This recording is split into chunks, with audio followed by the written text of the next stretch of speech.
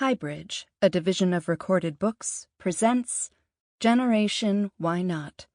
7 Principles to a Purposeful Business and Life, driven by attitude, not age. By Ruth Klein. Read by Erin Deward.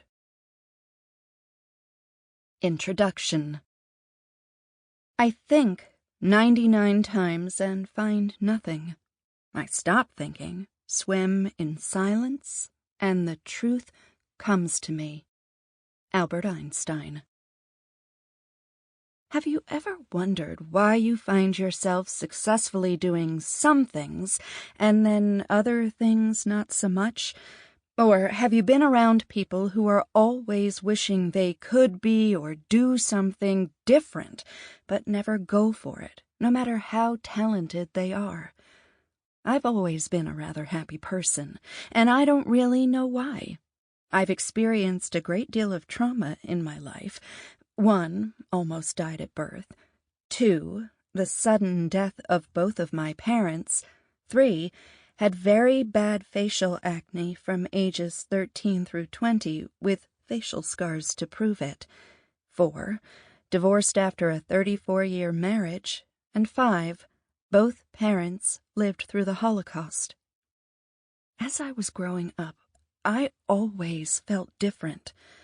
I don't know if that was because I was living in 2 different cultures, an Eastern European culture at home and the American culture once I stepped outside. I didn't feel inferior, just very different. I was born into a beautiful immigrant family, rich with love, fear, trauma, and soul. My parents spoke broken English and didn't know much about American culture. I learned about children's books, such as Dr. Seuss, when I started reading to my own children. My friends couldn't believe I was reading these books for the first time. Since both of my parents worked 6.5 days a week, I knew that if I wanted to have a birthday party, I would need to invite, create, and host my own, which I did every year until 6th grade. What a gift! I learned to plan and implement, and I received cool gifts that my parents would never have known to buy for me.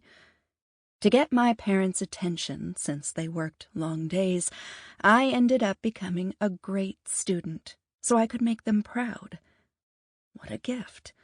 My love of learning and reading has served me well. On the flip side, it also encouraged me to be a people-pleaser. When I really wanted to do something and my parents said no, I learned that it was a temporary no, and if I kept reminding them that I really wanted to do something or go somewhere, it usually turned into a tentative yes. What a gift! As I learned to be persistent. Some family members would say stubborn. My dad would ask me every year starting in 2nd grade if I wanted to go to summer school, while giving me his gorgeous smile. To this day, I melt when a man shines a huge, sweet smile my way. I learned how to type in the 4th grade, and as a result of taking all the extra classes in high school summer school, I was able to graduate from high school a year early. What a gift!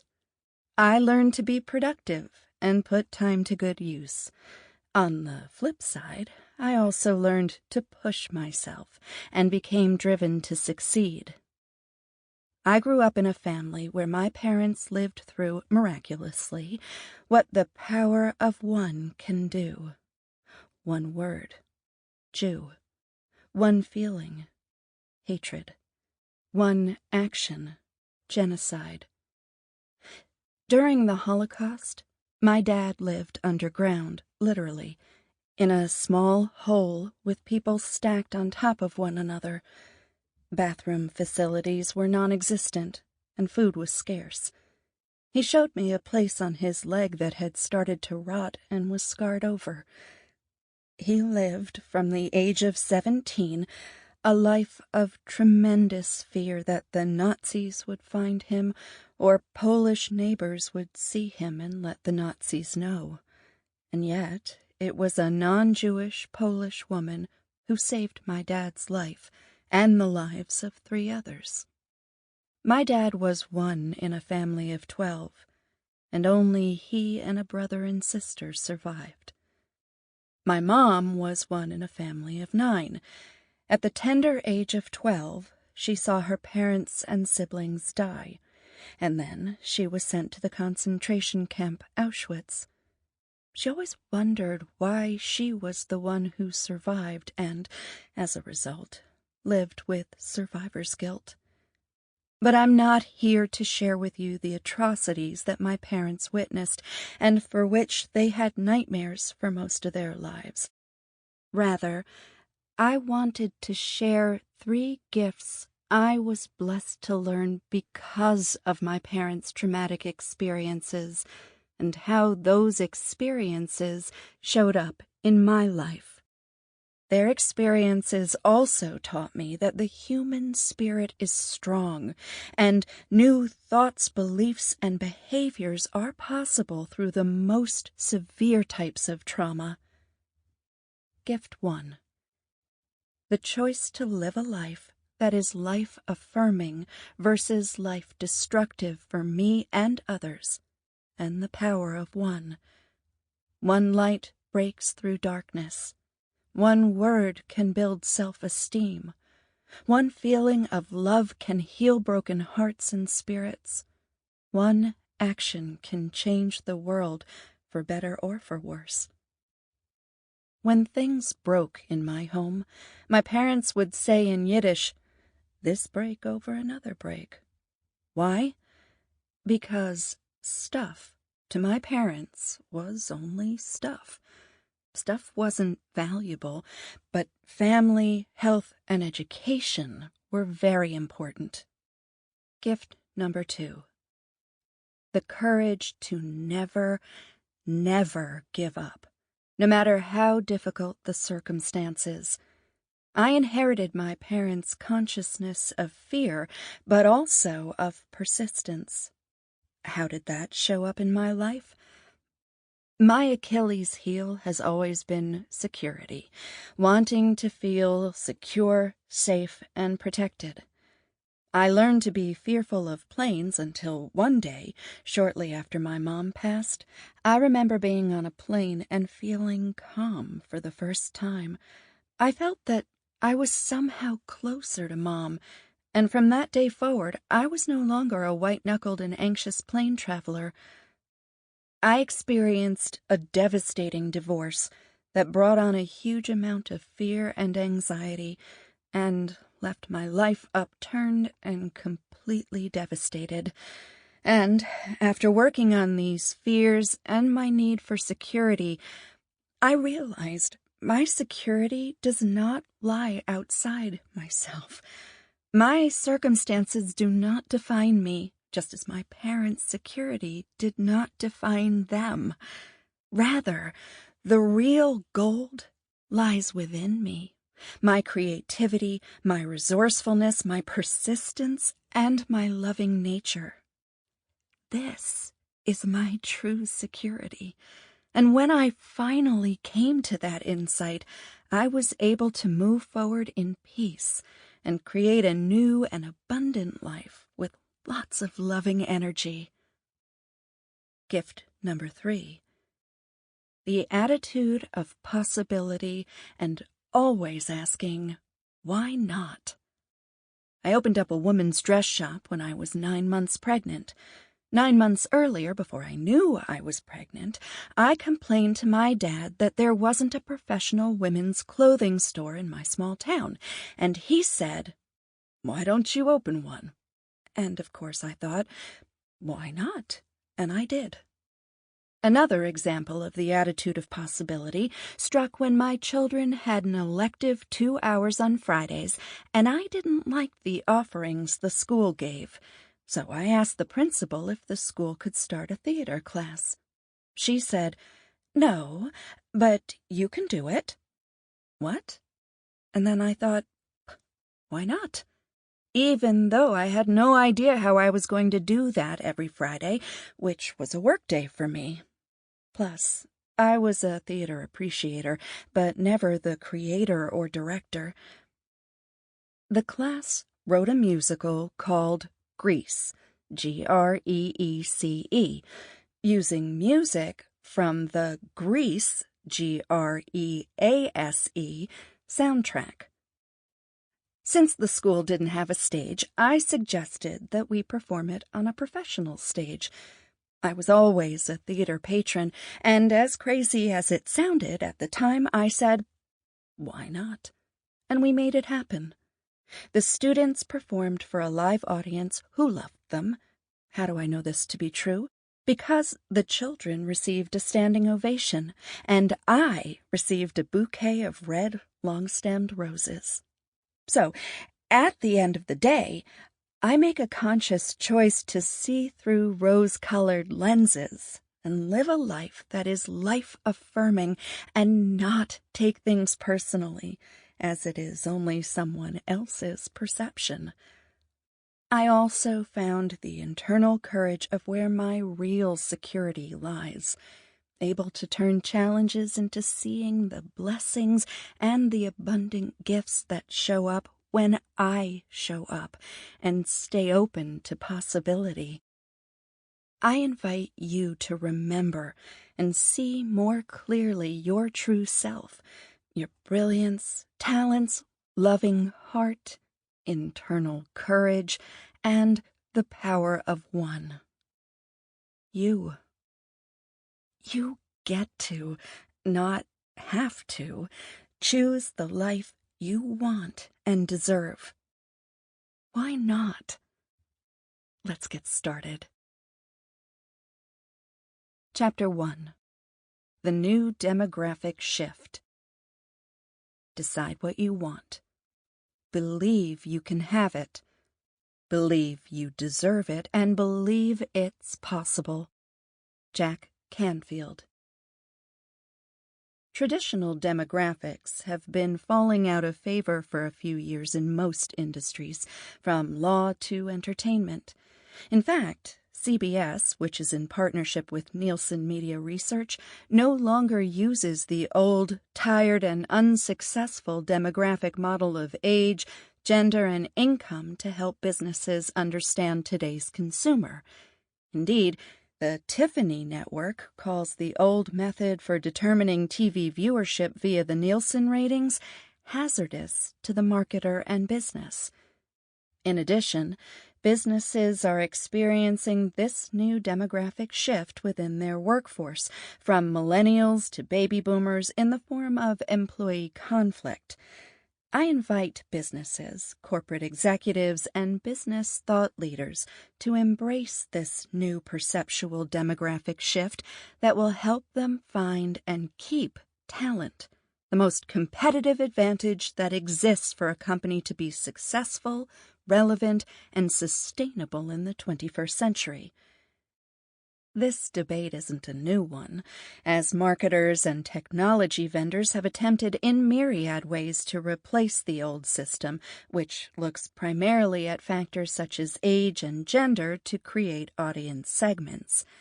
Now, as large companies begin to move away from demographics toward more in-depth insights based on mental models of the consumer rather than labels such as connected consumers or baby boomers, technology and the digital agencies are ready for a paradigm shift. In this book, I have expanded on the mental model to include the intercorrelation between the science of quantum physics and psychologist Carl Jung's work on synchronicity and the unconscious. David Klein, CEO and co-founder of Common Bond, a financial technology company in New York that helps lower the cost of a college degree in the U.S., says that he focuses on 3 attributes when hiring talent at his company, which has about 100 employees today: smart, nice, and hungry, no matter their age. We hire people regardless of what chronological generation they come from, Klein explains. I'm looking for smart, meaning they have horsepower, a strong engine, judgment has to be good, and they have to piece things together that might not make sense in a vacuum. They're able to put things together in a creative and practical way. Nice to mean that you're always respectful. It also means being direct with people and very honest and very candid, all in a way that is kind. Klein goes on to say, hungry means they have an internal fire to perform at their highest level, internal motivation.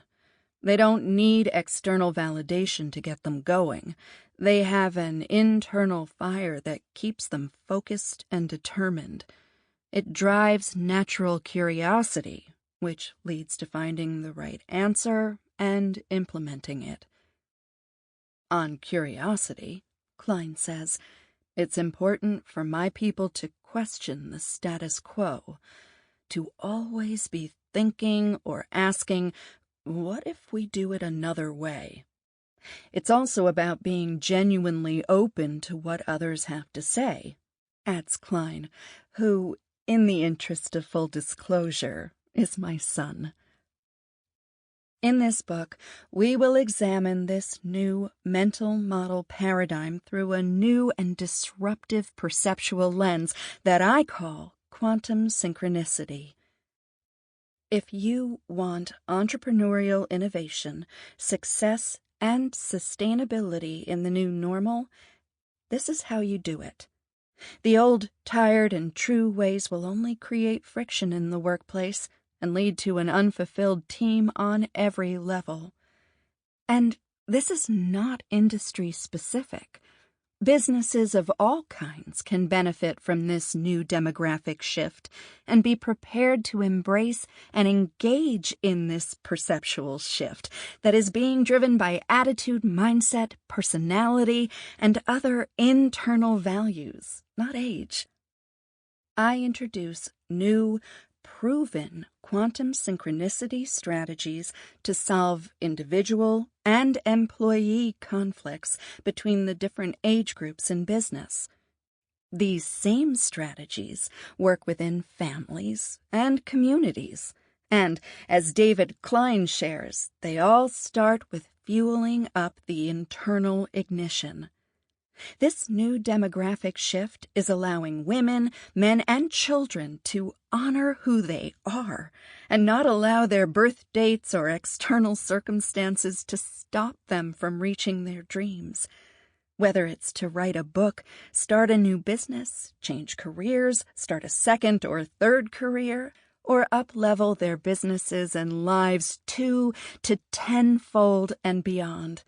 At the end of the day, why not? The people interviewed in this book, case studies and personal experiences, include all ages in business, sports, science, health, film, medicine, art, and technology. This new demographic shift will surprise you, inspire you, and propel you to become the best you can be now, no matter your age.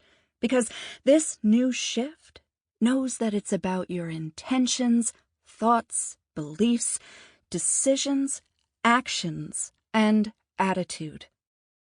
All this has created an entirely new demographic, one that is much more predictive than the old one. Generation Why Not uses its internal force or drive to activate leadership, innovation, creativity, and high performance. Is it age, or is it an internal drive using talents and looking through a different perceptual filter? Age 12. The youngest New York Times best-selling author finishes his first book. Jake Marchionette. Age 13. He writes his first software computer program. Bill Gates. She begins writing her famous diary just before she goes into forced hiding from the Nazis. Anne Frank. Age 15. She wins the gold medal in women's figure skating at the Olympic Winter Games in Nagano, Japan. Tara Lipinski. Age 21. He introduces a new computer created with a colleague. Steve Jobs. He wins his first Masters in golf and becomes the youngest winner. Tiger Woods. Age 29. He invents the telephone. Alexander Graham Bell. Age 31. He becomes a billionaire, and at the time, he was the youngest person ever to reach that milestone. Bill Gates.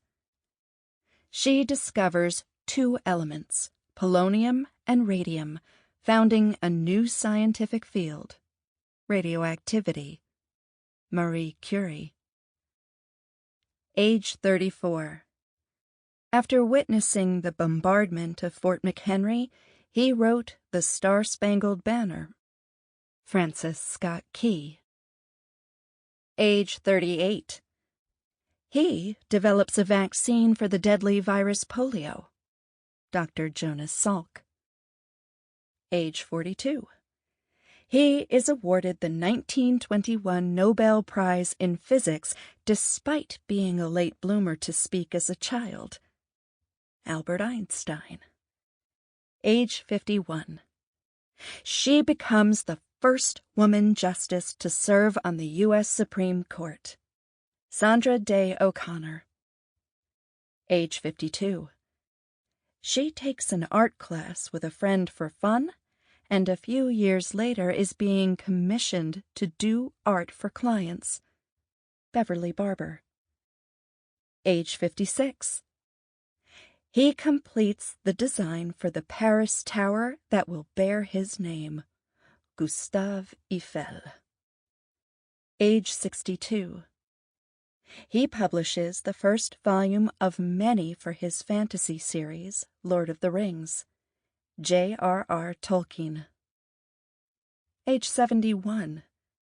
She develops a new and sustainable iconic fashion look, the Chanel suit. Coco Chanel. Age 77.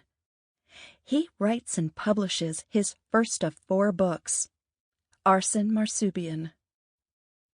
Age 83. The baby doctor becomes an activist for world peace. Dr. Benjamin Spock. It becomes apparent, then, that age and gender, the old demographic lenses we used to look through, are no longer clear or helpful measurements to be used by businesses and consumers, managers and staff, founders, innovators, and creatives. It is clear that something else is going on in business and personal development. If we see the workforce and ourselves through the lens of age, i.e., millennials, and boomers expect this group of workers to be selfish, ego-driven, and obsessive, then that is likely what we'll receive while they're working with us. People of all ages tend to rise to the expectation we place upon them. So, rather than separating each other in the workforce, what if we disrupted those old perceptual filters and saw people as people, rather than categorize them as too young, too old, or too anything? At the end of the day, why not try it and see what happens within your own organization, family, community? This is how Generation Why Not sees the world. They see things as they could be, not as they are at this moment. As Wayne Gretzky, the famous hockey player, said, "A good hockey player plays where the puck is. A great hockey player plays where the puck is going to be." And business, just as in sports, requires this new way of thinking. It gives them the momentum and curiosity, and from there, it is easier to create, innovate, and make a bigger impact to find solutions to problems. Problems solved in the quantum arena of possibility are much more powerful and effective than in the muck of the problem. Keep your eyes on the moving target. The new demographics is based more on the mental, behavioral, and emotional processes of these groups. Getting more in-depth and personal, realizing the vastness of attitudes and beliefs of these generations made perfect sense when I read a recent Los Angeles Times front page article headlined, "Tech Titans Fuel a Scramble to Build Large-Scale Offices. Landlords are ripping out escalators, walls, in pursuit of new kind of tenant." So many of the tech giants are turning into media moguls. They are turning closed-in malls and other large spaces into airy urban campuses for these content creators because of the new demographic shift. I remember visiting one of my friend's son's offices at a Fortune 500 company. I was horrified, literally horrified, that he was working in such stifled quarters that consisted of a small cubicle with no personal space except his boring desk and chair, little privacy, sharp lights flooding the area, and stagnant energy throughout the building, without any open windows and airflow, and I'm a baby boomer. It reminded me of an assembly line with harsh lighting, torpid airflow, and no personalization at all. What I saw was truly alarming.